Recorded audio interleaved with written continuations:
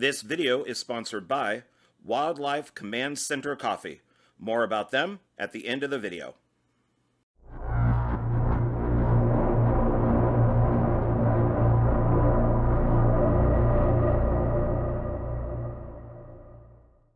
Hey everybody, it's me, John Ward, and I am back again with another Dark Park Film Reviews. And this is the second plastic bag video for the December Dollar Tree videos that I picked up. And I got them sitting right there.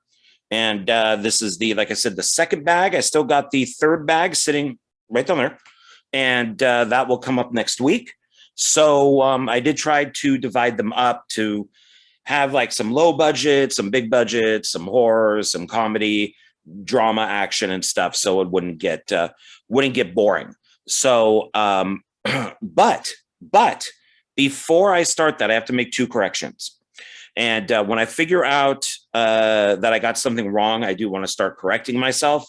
But first, I did say that Roger Donaldson, who directed the January Man, I said that he directed a film called Revenge with Kevin Costner. He did not direct a film called Revenge with Kevin Costner.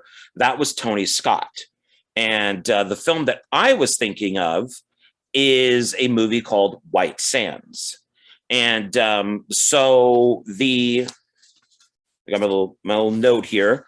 So this I did get wrong with what other films the director had done. So yeah, White Sands is the film I was thinking of. I kind of thought about that when I said it, and I went, I don't know, but I figured I'd check on it when I got done with the video. Roger Donaldson also did Species, and he also did Dante's Peak, among many other movies. So that is correction number one. So I'm going to now put this over here. Correction number two is, and I got my little note right here. So I had mentioned with the film Posse that I learned that the term cowboy originally came from Black men that were cattle herders, and that basically like the white property owners would call them cowboys because one boy being, what they would unfortunately call, African Americans at the time. And then because they herded cows, so they were called cowboys. That is true, but I did not get it from this movie. I did watch it right after I got done with the video and went, I could swear that I got that from this. Don't know where I got it from. I know I did check on it and it was correct. So I don't know. There is maybe I'm getting my Van Peebles crossed. I might have gotten it from a documentary called Classified X, which is narrated by Melvin Van Peebles, his dad. Once again, I could be totally wrong on that. I don't know, because I haven't seen that in a long time. But I just have a feeling I saw it with a Van Peebles film. I could be totally wrong on that too. I don't know. But if I ever find out where I actually found that from, if it was a documentary or just like a feature film, I'll let you know. So those are my my two corrections. So this will go over here. And I can now take my two notes and throw them. Oh, I got something written on the back. Oh, yeah. And see right there. You can see it. Revenge, Tony Scott. So I'll just put those over here. So these are all DVD. And there should be 10. 1, 2, 3, 4, 5, 6, 7, 8, 9, 10. And I think in the next bag, there's might be 9. So let's get to it. The first film, never heard of it, but looks like it could be fun. American Zombieland. Never heard of it. And don't know anybody in it. I like the cover. And It's ITN, so they don't normally change titles. Wild Eye Releasing is big for doing that. They like to change titles. I like how the Hollywood sign is all falling apart and burning. Got the zombie reporter here. This is a good cover. I like this cover. We got the the film camera over here, and yeah, everything's burning in the background. So, and it says lights, camera, run. So I like this one, and I'm just gonna have to check it out at some point. There's the side, and then here's the back. Lots of stuff going on there. So I don't think this is a found footage film, but it's got like the point of view of the camera and the zombies.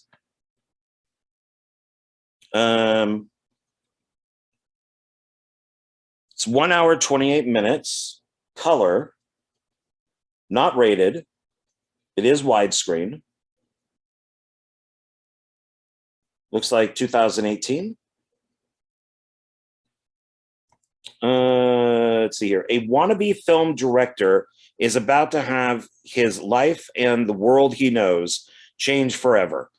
When he gets the big break he has been waiting a lifetime for. Unfortunately, it isn't Hollywood that's knocking at his door. And they highlighted, unfortunately, Hollywood is not knocking at his door. So you got some pictures here. Looks like maybe these are some survivors in a house. That's obviously a zombie. People with guns. Woman with big ass gun. And this is directed by George Bennett. I'm just going to give a quick scan to see if I recognize anybody. I do not. So this is my snow person mug, to play it safe, snow person mug. And this was actually featured in Maximus 2 Bloodslay. For those of you who have seen the film, there's the scene where Ashley and Tommy they go down to the first level and they come in through the door. Drew Marvick is chasing them, and they bump into the security guard, Tom. And he gets the coffee all over him because they hit into him and coffee comes all out, which was actually soda. It was probably Pepsi because I'm a Pepsi fan, but it wasn't coffee. But it looked like coffee, and it came out and splashed all over him, and then he set it down on the ground, and then he dies. So this coffee mug was left there after everybody was killed. So I don't know. Who knows? Maybe somebody picked it up, and maybe it'll be in part 3. You never know. But yeah, I mostly just drink. Right now, it's water, but there was I normally drink cocoa out of it. So I like this mug. It's a heavy mug. You got to use 2 hands.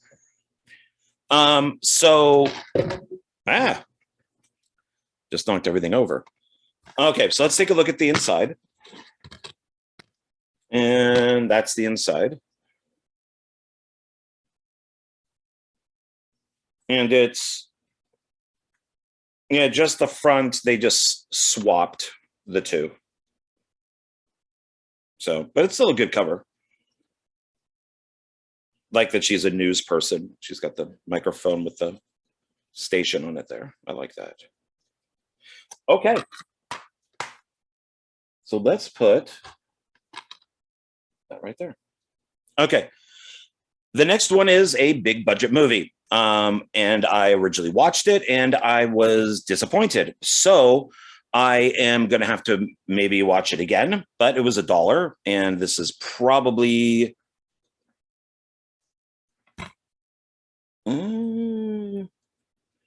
Well, this is from Relativity. I thought maybe it might be MGM, but it's Paranoia. And it's Ian Helmsworth. I don't like him as much as I like Thor and Aquaman, but he's okay. Gary Oldman, Amber Heard, and Harrison Ford, because he has a smaller part in the movie. So, and Harrison Ford. I used to like Amber Heard until I'm a Johnny Depp supporter, so I do not like her at all. But yeah, no reviews or anything on the front. Mostly just selling it off of who's in the movie. And which I think the poster was more or less the same way. And there's the back. Okay.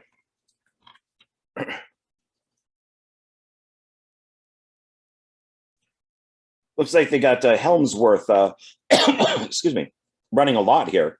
So he's running there. And he's running there. So standing there. So let's see, this is not a review, but it says, in a war between kings, even a pawn can change the game.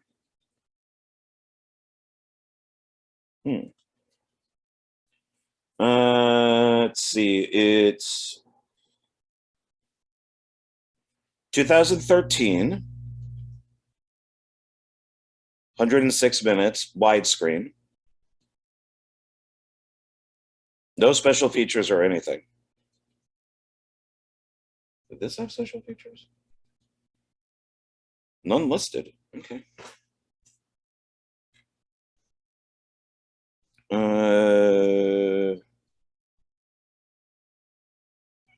It's very tiny. Hard to make out the director. I can get his first name, Robert. It's from Relativity Media, part of Reliance Entertainment.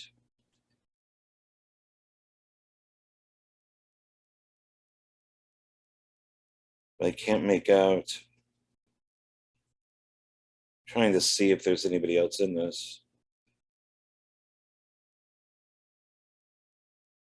It's just very tiny. Oh, Richard Dreyfuss. He got the "and" credit.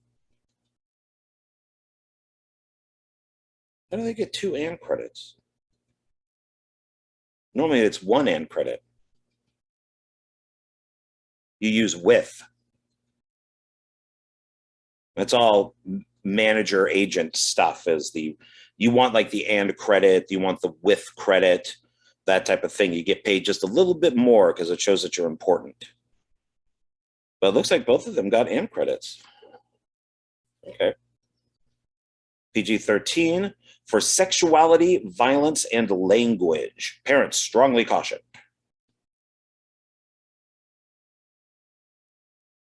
Okay, so let's see what this is about. Oscar nominees Harrison Ford, 4-2. 4-2. What is 4-2? Why wouldn't you write Indiana Jones or Star Wars? What is 4-2? And Gary Oldman, The Dark Knight, see, that one makes sense, star with Liam Hemsworth, The Hunger Games, in this high-stakes espionage thriller based on Joseph Finder's New York Times bestseller. Fired from his telecom job, Adam Casey, Helmsworth, is forced by company CEO Nicholas Wyatt Oldman to infiltrate Wyatt's longtime rivals, Ford, company to steal trade secrets. Soon, Adam realizes that he's been caught between 2 ruthless players who will stop at nothing to win. But desperate to win over an Ivy League beauty, Amber Heard, and help his blue-collar father, Adam risks everything in a dangerous race against time in this electrifying film directed by, they put the director's name in. Director, and of course I can't pronounce it, Robert Luktik. Directed by Robert Luktik. Never heard of him. Why? I'm not really sure why he's in this. Right there. Never heard of the guy. And then we're looking down here. Let's see. So at the asterisks for Oscar nominees. So Harrison Ford, 1985, actor, Witness. Gary Oldman, 2011, actor, Tinker Tailor Soldier Spy. Okay. So, I don't know, maybe give it a rewatch. There's her, Gary Oldman, with what looks like maybe an American flag for a tie.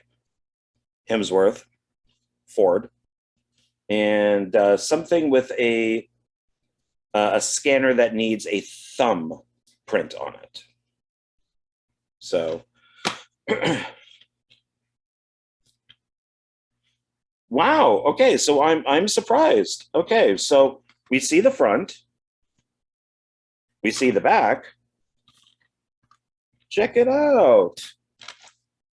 Look at that. None of these pictures are on here. This is a completely new photo of him. That's the actual font that's on the poster. So I think this is from the poster itself. So, shit. Wow, I'm impressed. I mean, it's not very exciting, but at least it's better than just duplicating the front or the back. All right, I give Paranoia some props. Okay. Next one. This one I've heard is a great movie. I've never seen it, surprisingly. And everybody tells me, you have to see this film. You have to see it. And I'm going to leave you in suspense while I take a drink. I used to drink this at work, so it says JW on it right here. So nobody would steal it. And then I brought it home so it wouldn't get stolen or broken. So the next one is Rescue Dawn. And this one has, it's Christian Bale, and Steve Zahn. Werner Herzog, a Werner Herzog film. Right there, I should have watched it. I'm a fan of Christian Bale. I don't really care for Steve Zahn very much. But I'm a very big fan of Werner Herzog. And I should see it just for that. There is a review here. Christian Bale is brilliant. Steve Zahn is a revelation from Entertainment Weekly. I haven't seen it, so I can't say, but I think I've liked Steve Zahn in one movie, maybe one. Just not a fan of the guy. Okay. This is MGM. I actually thought Paranoia was going to be MGM, but it is not. And then here's the back.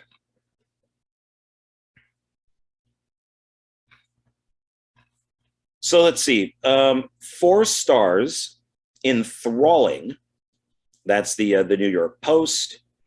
And electrifying action adventure that clamps your nerves with jaws of steel.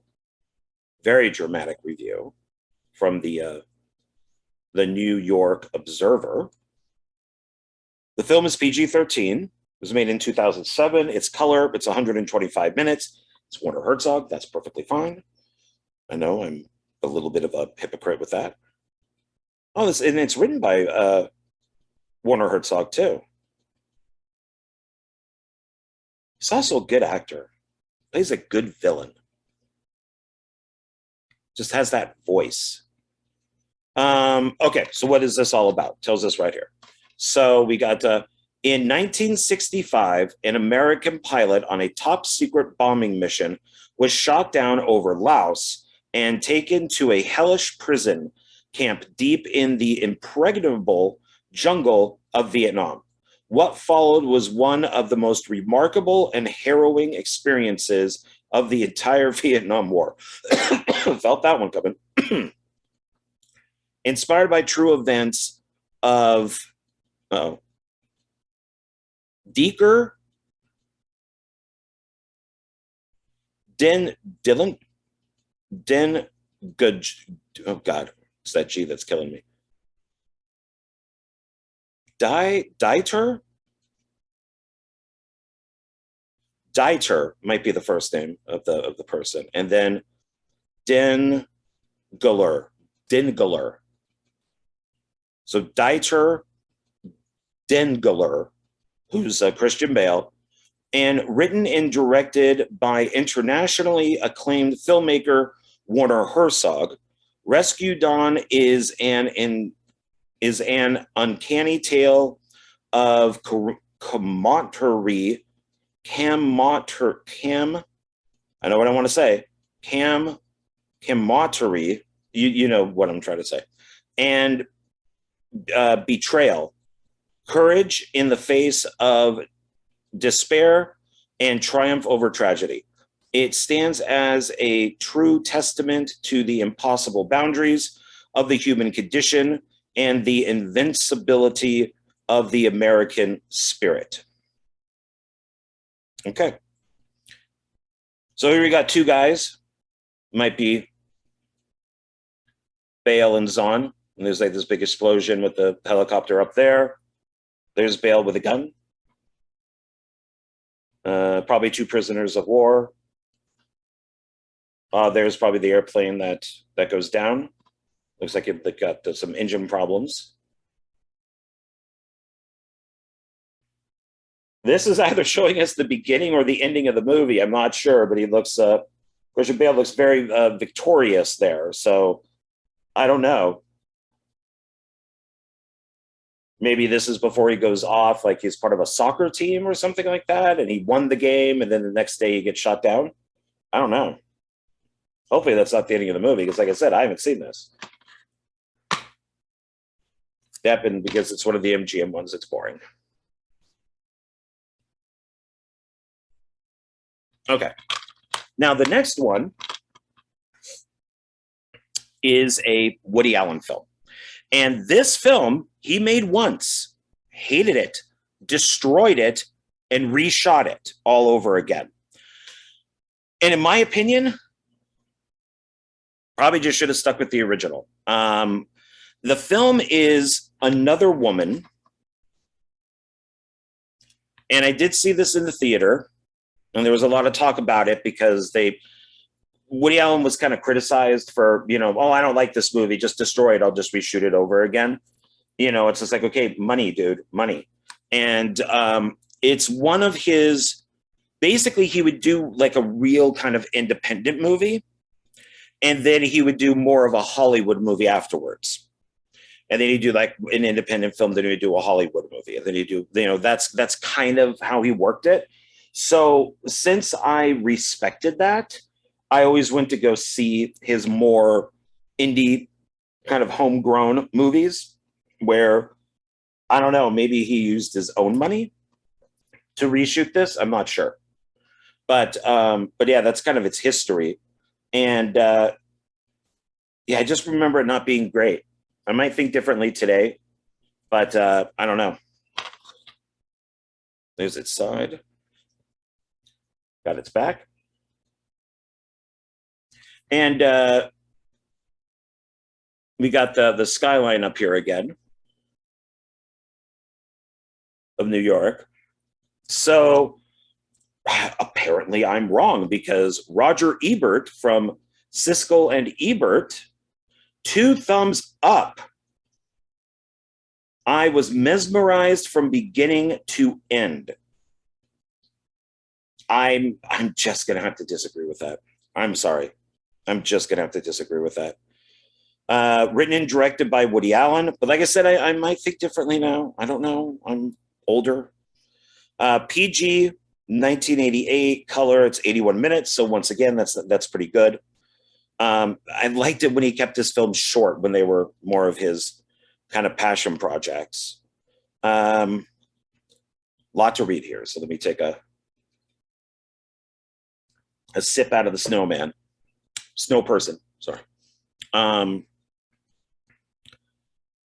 It's got a good cast though. It's got like Betty Buckley, Blythe Danner, who's uh, Gwyneth Paltrow's mother, Sandy Dennis, Mia Farrow, Gene Hackman, Ian Holm, John Houseman, Martha Plimpton, Gina Rollins.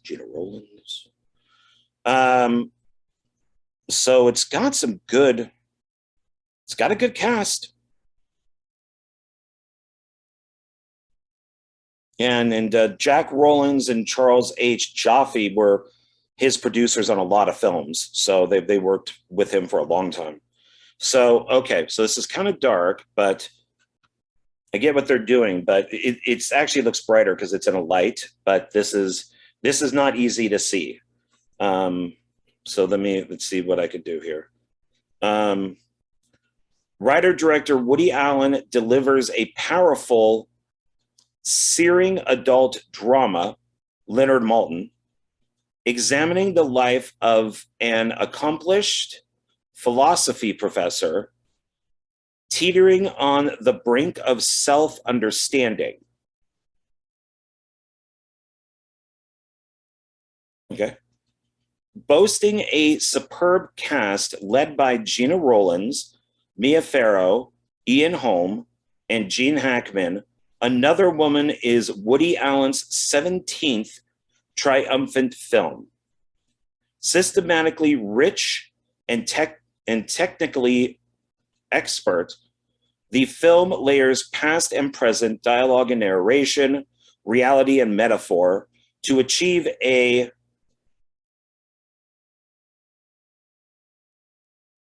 I'm going to try and get this.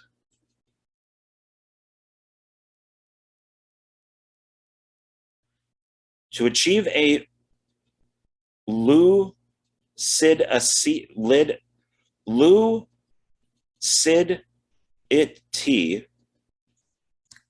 this is in quotes, and compassion of an order virtually unknown in American movies. That's Time magazine. Intelligent, accomplished, and happily married, Maron Rollins considers her life fulfilling, ... until a chance encounter with a troubled stranger, Farrow, offers her a brief but piercing glimpse at her inner emptiness, drifting in a loveless marriage and denying her feelings for another man, Hackman. Miriam, that's it, is shocked when she accidentally learns of her husband's infidelity. Taking this as a sign to change her life, Miriam confronts the true depth of her own emotional hunger, ... and the frightening intensity of a passion she has ignored for too long. There we go. This was 2001 was when this package came out, when this DVD came out. So no special features or anything listed.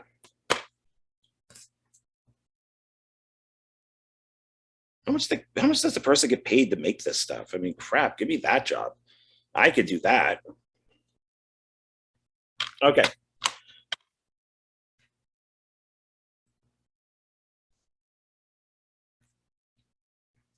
Now we're going to get a little bit more into horror. And this one is House at the End of the Street. And this has Jennifer Lawrence and Max Theriot.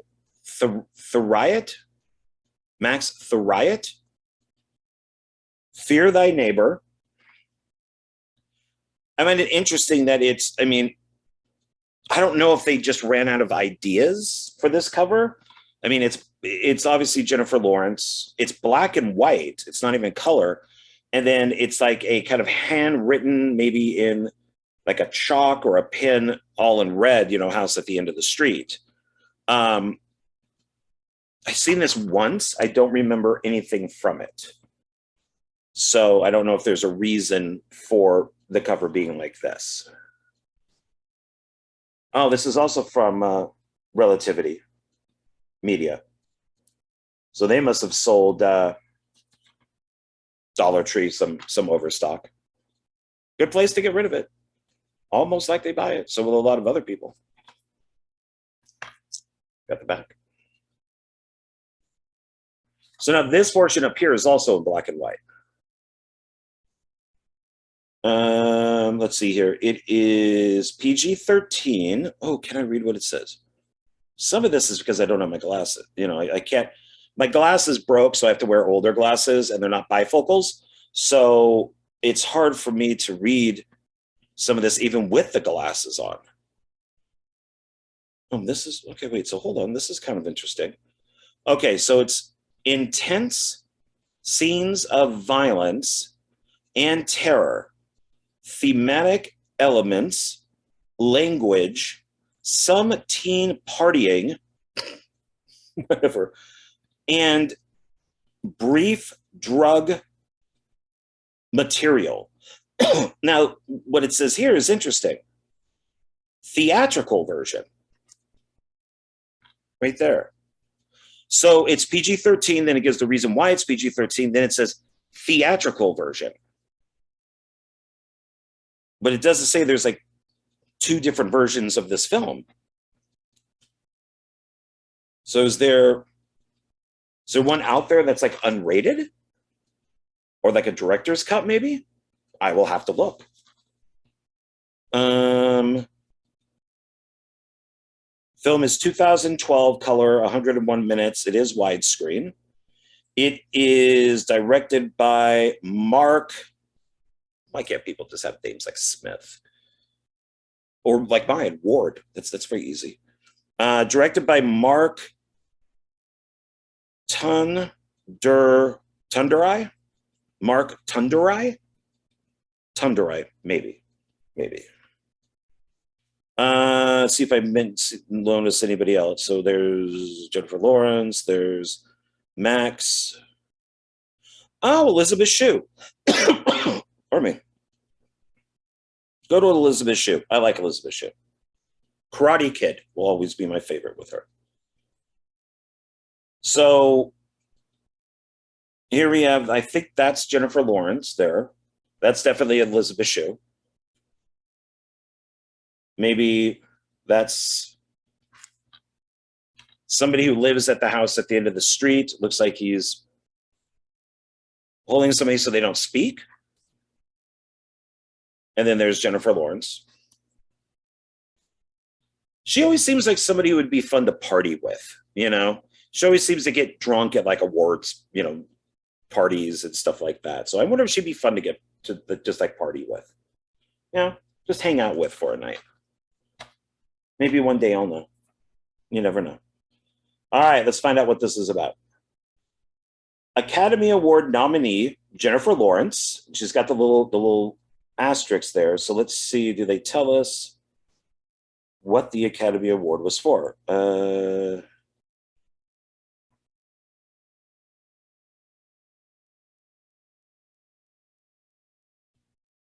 Oh, here it is. It's at the very end. Okay. Actress Winter's Bone 2010.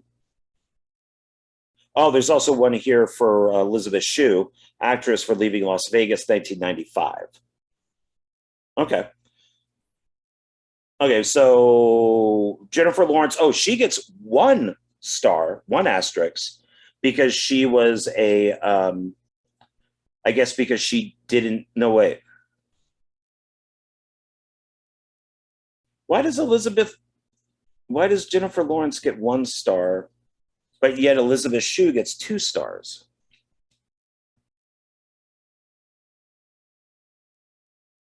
It says they're both nominated. I don't know. That's. I think that they would just each get one asterisk, but okay, I guess not. All right. So Academy Award nominees Jennifer Lawrence, The Hunger Games, and Elizabeth Shue. They don't even give her a film. They could just say The Karate Kid. Star in this edge of your seat horror hit, packed with heart pounding thrills and gripping suspense. Nearly divorced Sarah Shue and her teenage daughter Elsa Lawrence have just moved to the suburbs for a fresh start. That never goes well. Never. We left the big city because it has violence. Now we move to the suburbs. Not going to go well. But their hopes quickly shatter. There we go. As they learn that years earlier, a grisly murder took place next door when a deranged girl killed her parents and disappeared. The girl's older brother, Ryan, who's that Matthew, oh my god, with his last name, Matthew. I'm sorry, Max. I didn't even get his first name right. Max. That guy. Still occupies the house, and when he befriends Elsa, his secretive past could become her worst nightmare. Okay. So, all right. No special features are listed.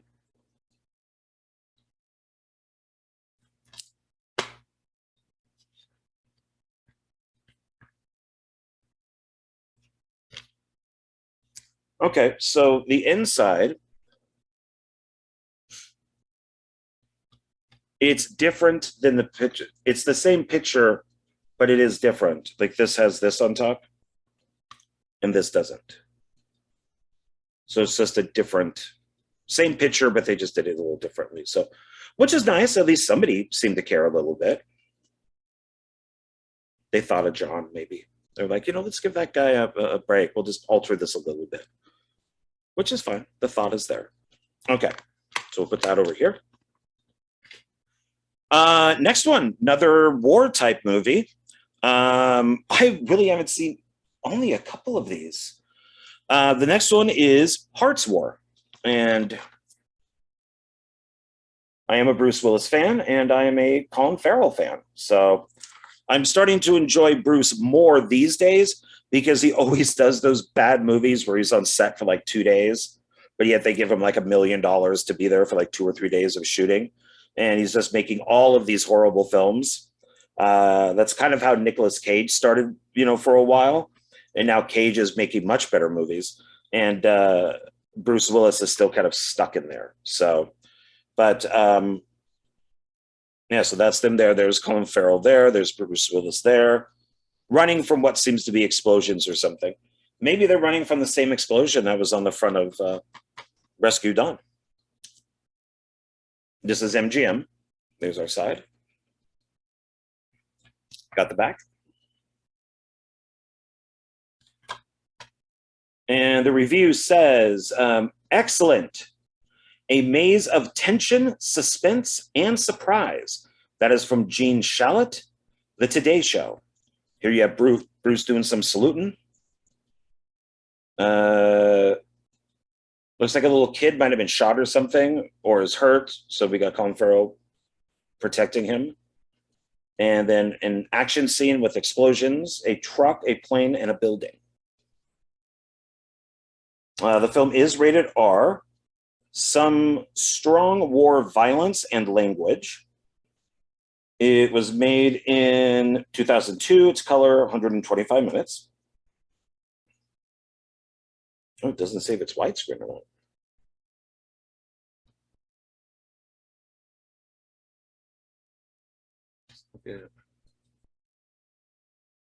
Yeah, same thing with Another Woman.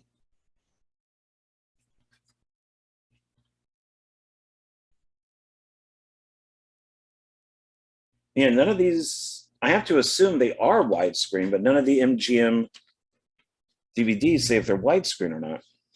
Okay.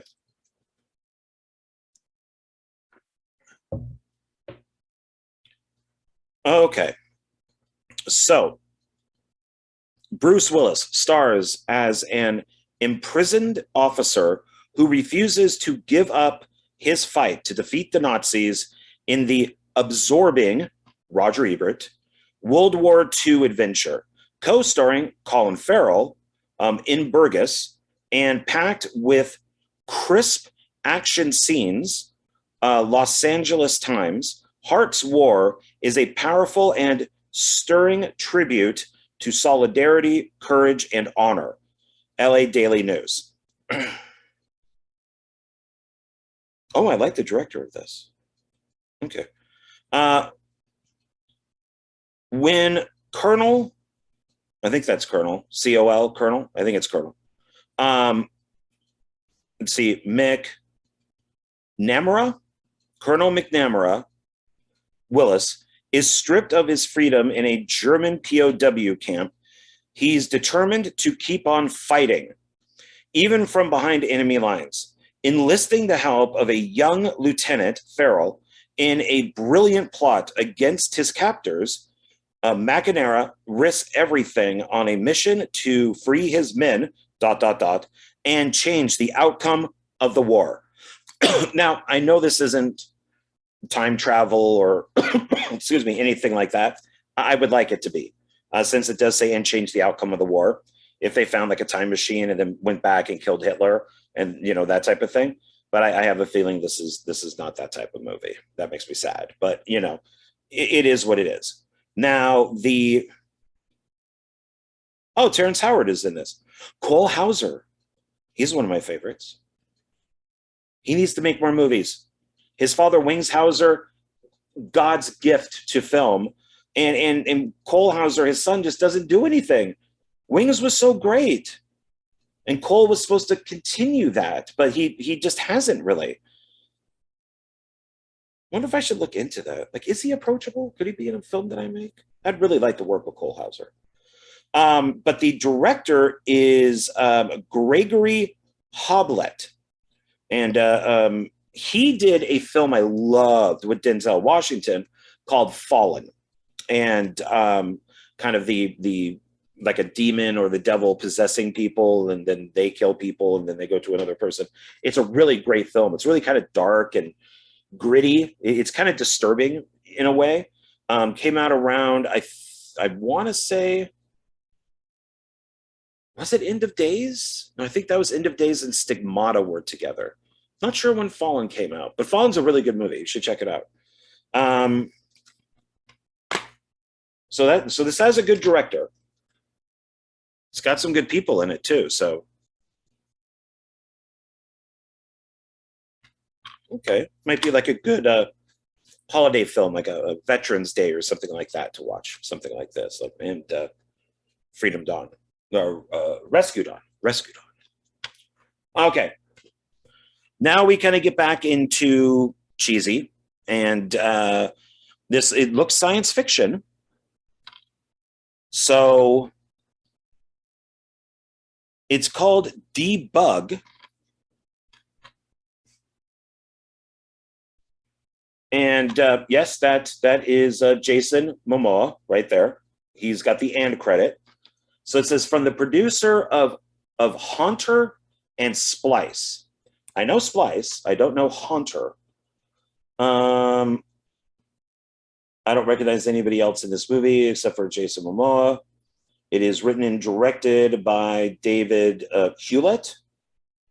Evil cannot be deleted. Debug.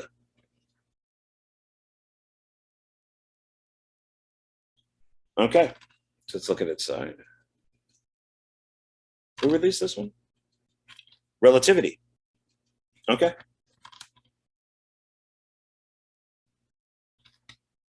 Let's see. Murder makes it feel human. He's looking a little young there. I bet this is an early movie with him in it. Might have like 5 minutes, 3 minutes or something in it, and then they're just gonna just put him right there, right on the cover. So, maybe I guess these are our main people here. Don't know what she's in. Um,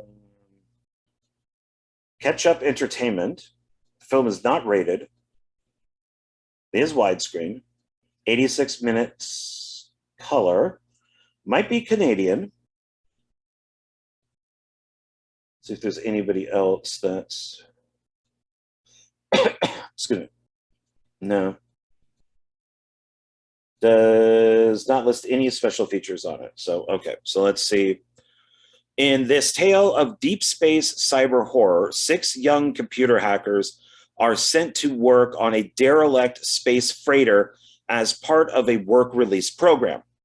They quickly fall prey to the ship's vengeful artificial intelligence, a program that would kill to be human. I'm kind of digging it. I'm really into sci-fi these days, so I kind of like the 2001 HAL aspect of it.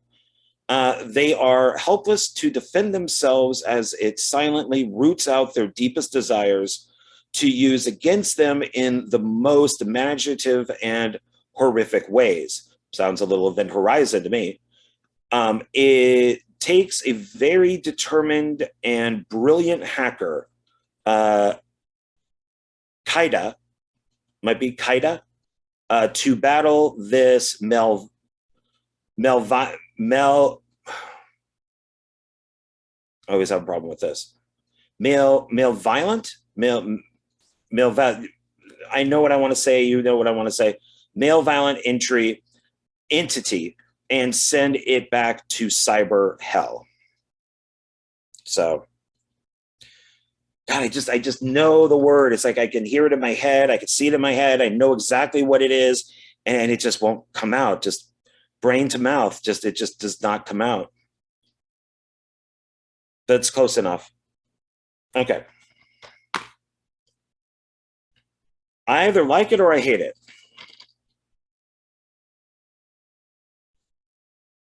I like it for its simplicity. Sci-fi kind of has that 2001 feel to it of emptiness. I like the color. I like just the white debug. I kind of like that there's nothing on this. It's either very creative or not creative at all. But I like it. It might match the film. It does match the color on the box. So, yeah, I might like it. I think I like it. Yeah. Sometimes simple is better. Just depends. All right. Next one is a film that I very much enjoyed from an actor who I like quite a bit.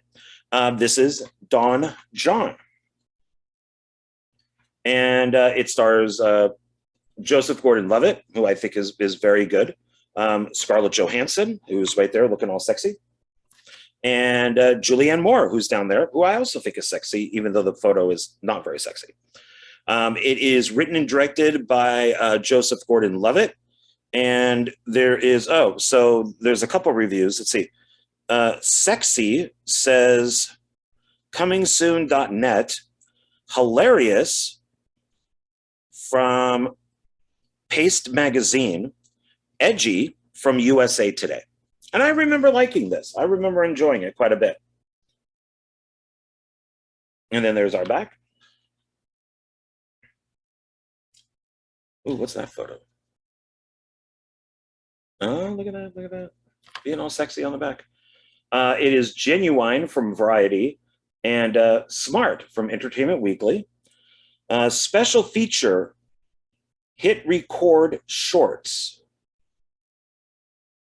So Hit Rec Ord Shorts. Hit Record Shorts. Hit Record Shorts. I don't even know what that is. Maybe it's for the company that. Oh, looks like it's from the company that made it. Hit Record Films. So I guess that is, yeah, Hit Record Shorts, Hit Record Films. Okay. It is rated R for a lot of stuff. Damn. Okay, so I can make out strong, graphic, sexual material. That's just one thing. Strong, graphic, sexual material is just one thing. And dialogue throughout. Strong graphic, sexual material, and dialogue throughout. So I guess the dialogue is also very sexual. Nudity, language, and some drug use. Rated R. 2013, color, 90 minutes, widescreen. Okay, so let's find out. Let's find out what this is about. That is a nice picture. I like that. Picture of the director there and two guys. Tony Danza. I'm not sure who that is, but I think I know. Let me see here. I recognize, but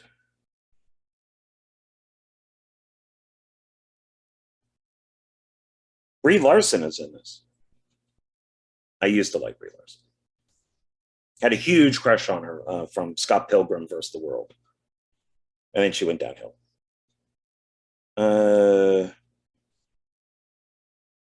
That's about it. I recognize her, but I just can't put my finger on it. And her name's not.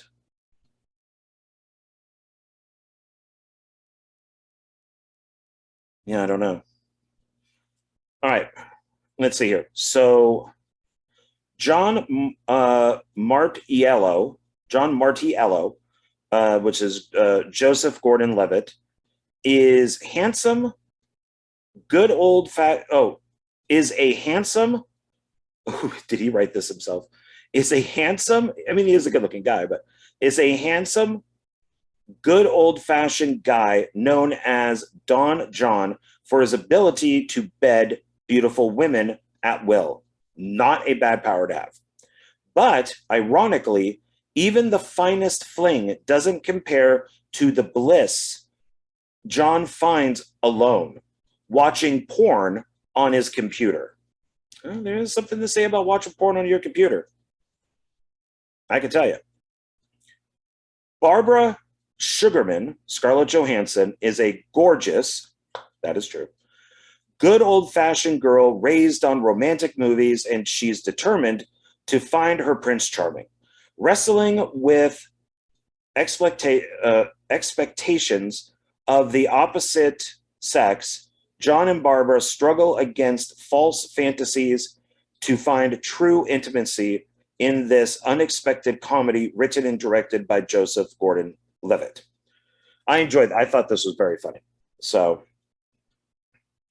and I do think it's great that even though he could keep having sex with Scarlett Johansson, who's absolutely gorgeous, you know, he still has to look at porn. I thought that was really funny. Sad, but funny at the same time. All right, let's take a look inside. Oh. These people know how to make a disc. I applaud the person who put the picture on this disc. They knew what they were doing. Right there. That sells it right there. Beautiful Scarlett Johansson right there. I will not complain at all about this. Nope, not at all. I'm just going to close it up and say thank you and put it right there. But I highly recommend the film. The next one is a Woody Allen movie again.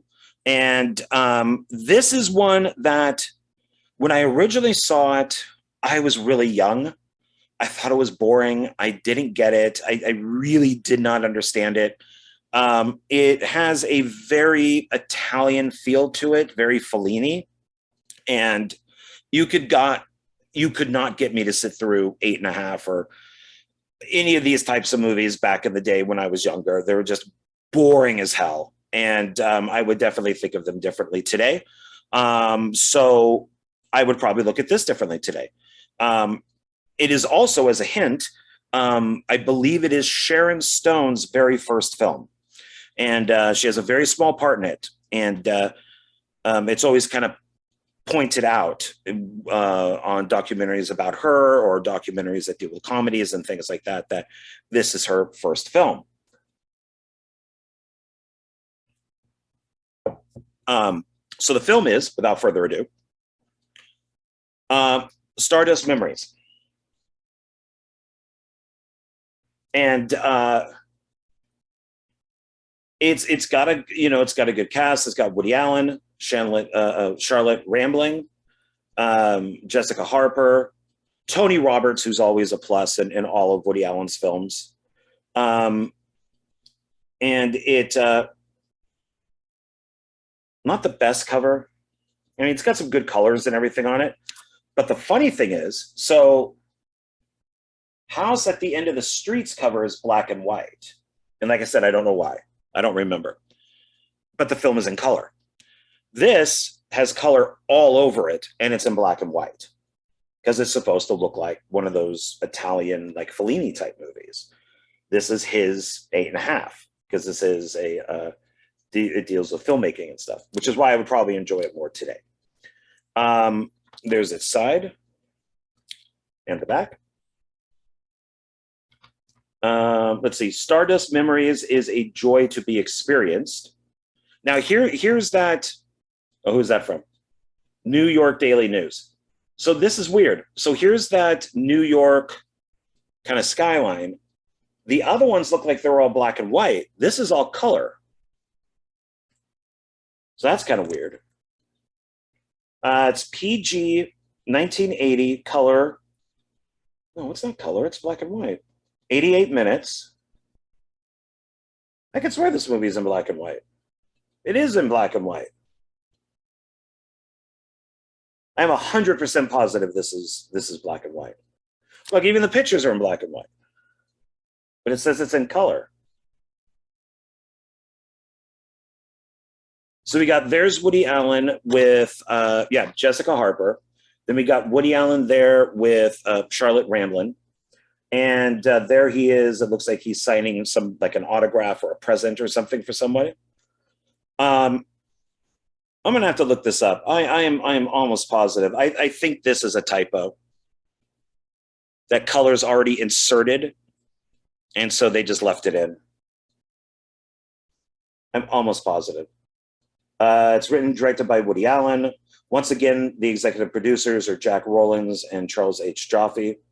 Gordon Willis is the DP on this. He's a fantastic cinematographer.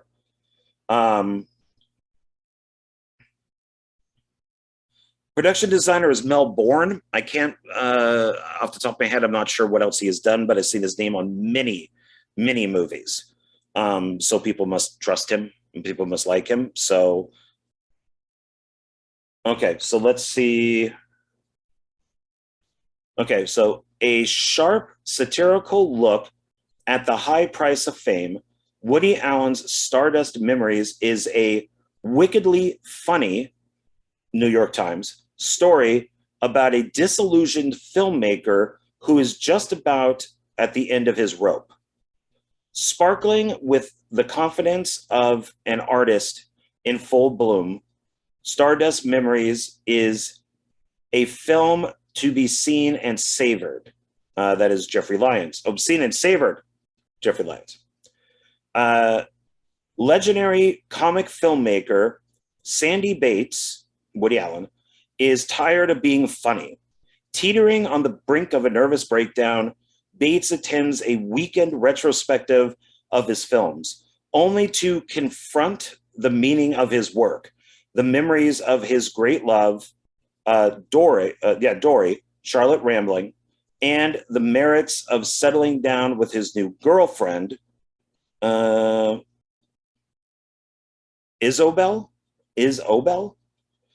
plagued by hallucinations, alien visitations, and the bloodless studio executives trying to recut his bleak new film. Bates struggles to find a reason to go on living. But then he falls prey to a gun-wielding fanatic His zany brush with death reveals that there is value to his own existence, and that often the best reason to go on living is life itself. There we go. God, I remember not liking this. I thought it was boring when I first saw it. Of course, this is 1980, and I was very young, and I wanted slapstick, and this is not slapstick. So I'm definitely going to have to rewatch it.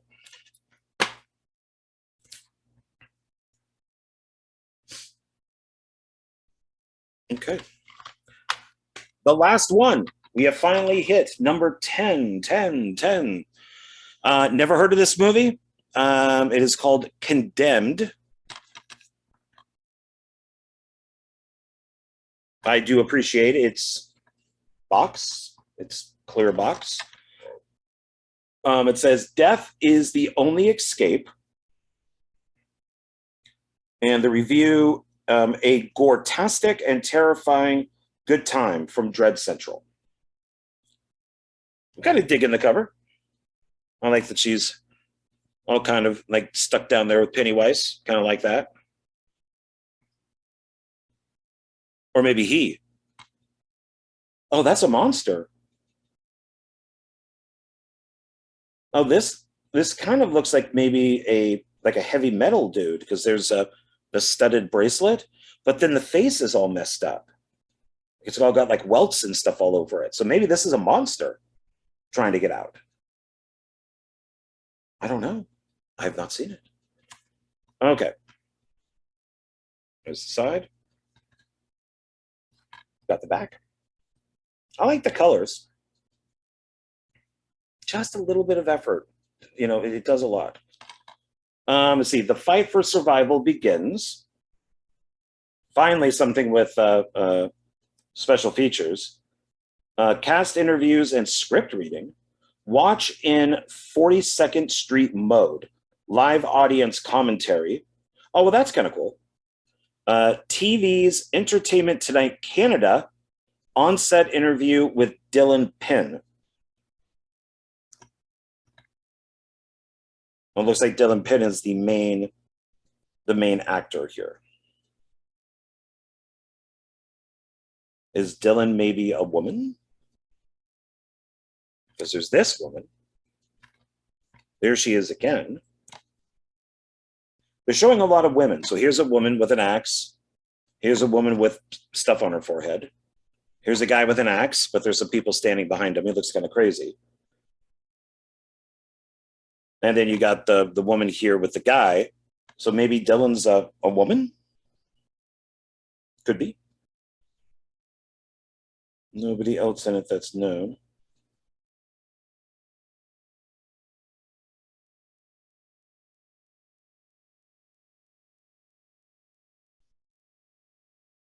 Okay, yeah, nobody else that's known. All right, so let's find out. Let's find out what maybe the synopsis will tell us about this. So let's see.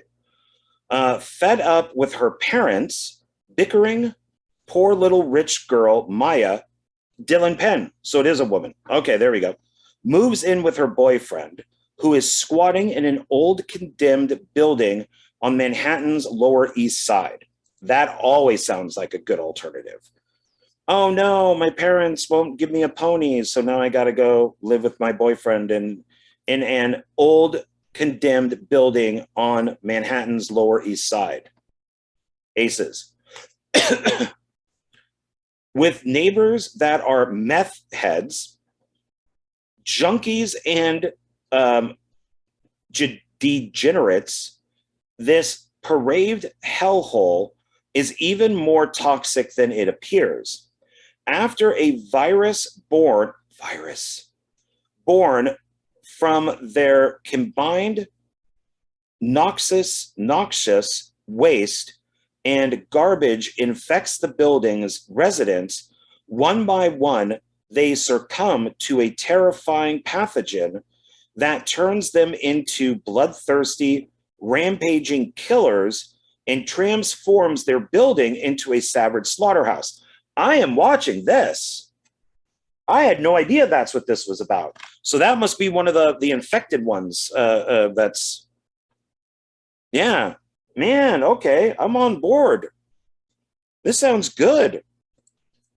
This is from RLJ Entertainment. That's who released it. So right there.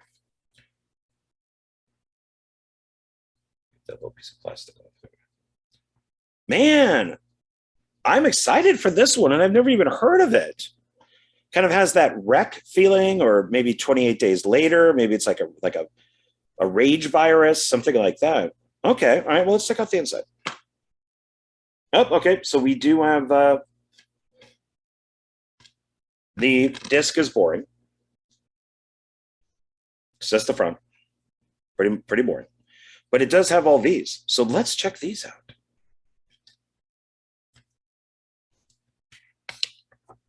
Let's see what we got. What do they recommend? More movies to haunt your dreams. So, okay. So here we have A Christmas Horror Story, Some Kind of Hate, Bearing the Axe, which is a Joe Dante film, Wolf Cop, Digging Up the Morrow, Dark Was the Night, The House That October Built, and Wolf Creek 2. Love the Wolf Creek films. If you have a chance, watch Wolf Creek 1 and 2, and then watch, I think it's 2 seasons of the show that came out. Really good stuff. I have The House That October Built somewhere, but I don't think I have it. Is it the first one? Yeah, it's the first one. So I don't have the second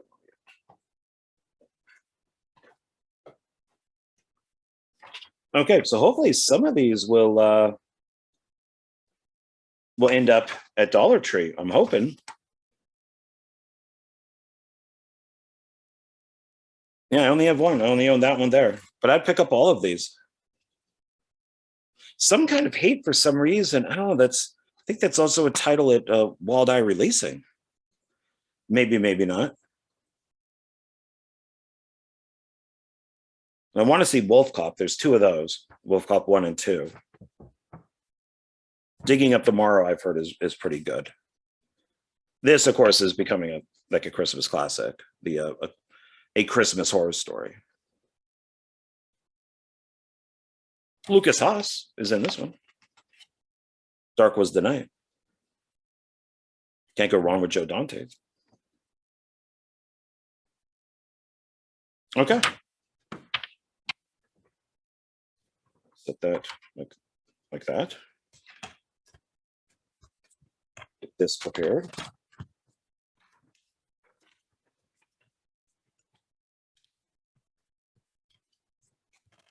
All right. And then we're going to set this over here for 2 seconds because then we'll do our recap. So we're right back to Condemned, which sounds really cool. Very excited about this one. Stardust Memories, Woody Allen. I recommend it because I think if I rewatched it, I would really like it now, especially since he's a filmmaker and all that type of stuff. So I think my opinion would go completely the opposite direction now. So I do recommend this. I actually recommend most of his movies, probably 90% of his films. So pick this up if you can find it. Don John, highly recommend. Let's look at that again. Debug. Now remember, the guy's got Black Widow here, right? We got Black Widow. But you ladies, you got Aquaman. So when I get all googly over Scarlett Johansson, you guys can always get googly over Jason Momoa. So there you go. So there. Hearts War. Good director on it. Good cast. House at the End of the Street. Worth picking up, I guess. Another Woman. I think I'd like this more today than when I originally saw it, 1988. So I'd also recommend it. Woody Allen, early Woody Allen stuff. Well, mid Woody Allen stuff. Rescue Dawn. Looking forward to watching this one, primarily for the director, but also like Christian Bale. Just don't like Steve Zahn. I'm sorry. Paranoia. Where am I going here? There we go. Good cast. Well, at least the top is a good cast. And American Zombieland, which looks pretty cool. A lot of zombie stuff on that. So, yeah. Look forward to that. All right. That is it.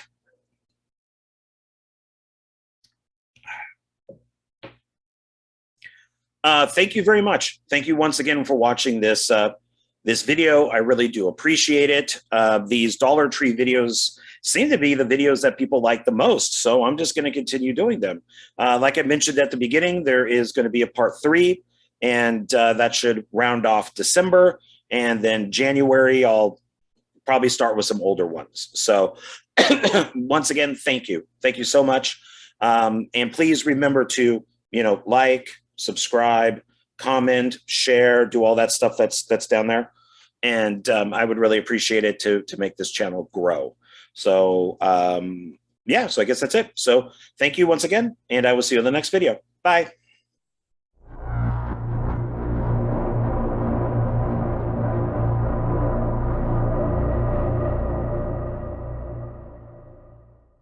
Hey everybody, thanks for hanging out after the video, and thank you for watching the very first Dark Park Films sponsored video. And who is that sponsor? Well, I've now learned if I do this with my hands, they go to the right area. There we go. That would be Wildlife Command Center Coffee, and you can purchase it right there. You can go to their website, which is buyWCC.com, and pick up their coffee. They have 2 blends, which I'm going to show you now. The first coffee is this one right here. This is a breakfast blend. It's 10 ounces, and it is a medium ground. And it does say, and it's breakfast, like I said, and this is what it says right here. It says, early bird can catch the worm. So there you go, a breakfast blend coffee that helps you catch the worm in the morning. And I really like this one. I'm more of a breakfast kind of blend coffee guy in the morning. So this one I really like. It has that little bit of oomph to it to kind of get you moving, get you up and out. And so I really enjoy this one, but that doesn't mean that I don't like the other one, which is this one right here. This is a dark roast. It is also 10 ounces, and both of these are $7.99 at their website. Pretty good price for 10 ounces worth of ground coffee. This one is, it's a little darker, so it's, I think it's better for drinking at night. Maybe if you're writing a screenplay, or if you're filming, this has got that oomph, that double punch to get you going. So this is one that I also recommend. I like both of these quite a bit, but I kind of do, the breakfast in the morning and then the dark more at night. So I recommend both of these quite a bit. And how did I find out about these two, these 2 coffees here? And how did I find out about Wildlife Command Center? Well, when I was working on Night of the Zomghouls, there was a box of coffee that was just sitting there, filled with coffee. And we didn't know what to do with it. Like, whose is this? Who brought it? Why is it here? And so we just kept going to the store and buying coffee. And then one day I said, why don't we just get the coffee out of the box and use that instead of, wasting money on going to Smith's or whatever and picking up coffee. So we did. We did not realize that it was the Wildlife Command Center coffee, and that it, was sponsoring the movie. And it was great coffee. Everybody loved it. and we just went right through it. By the last day of filming, this coffee was gone. And I went and found out, about Wildlife Command Center, asked if they would like to be a sponsor for Dark Park Films, for their coffee. As many of you know, I love coffee. I love coffee mugs. And so this was a perfect match. And Wildlife Command Center is great with animals. So they provide a great service for rescuing animals. So it's kind of that double whammy for me, where coffee, helping animals, you can't go wrong. And they were even cool enough to send me, get in there, a coffee mug, because they knew that I liked coffee mugs. And right now, I don't get that. A little bit. I'm going to go on the keyboard, but that's their dark blend, because I'm recording this at night. So I am actually drinking that while recording. Also, one thing that you can get at their website, which is cool, is you can get this. There you go. This pocket knife, which is $9.49. And this is pretty cool because it has their name on it. Wildlife Command Center, we can catch it. And this is what it looks like. Put that down there. There we go. Fully out. So you're getting like the bottle opener, you got the corkscrew, you got a screwdriver, you got a blade, and then you got this little hook thing that you could pop it into something that doesn't have a tab, and then the liquid or whatever in there will come out. So this is pretty cool. And I'm just going to keep mine in my car, because you never know. You might need a pocket knife. So please support them. I'm going to have links down below, where you can, check out just the Wildlife Command Center. I'll also have a link for Wildlife Command Center coffee. And it will basically be for both these guys right here. And please support them. I support them. I think what they do is pretty awesome. And maybe this coffee will be on your set or in your kitchen. It will definitely be, on my set in my kitchen. I know that. So please, once again, I'm going to show you these. Please go to their website and pick up their coffee and make it part of your day or night, depending on which one you like. So that'll be about it. I really appreciate it. Thanks for hanging out with me. And yeah, so thank you. And once again, please support my channel. Please support the Wildlife Command Center. And I will catch you later. Bye.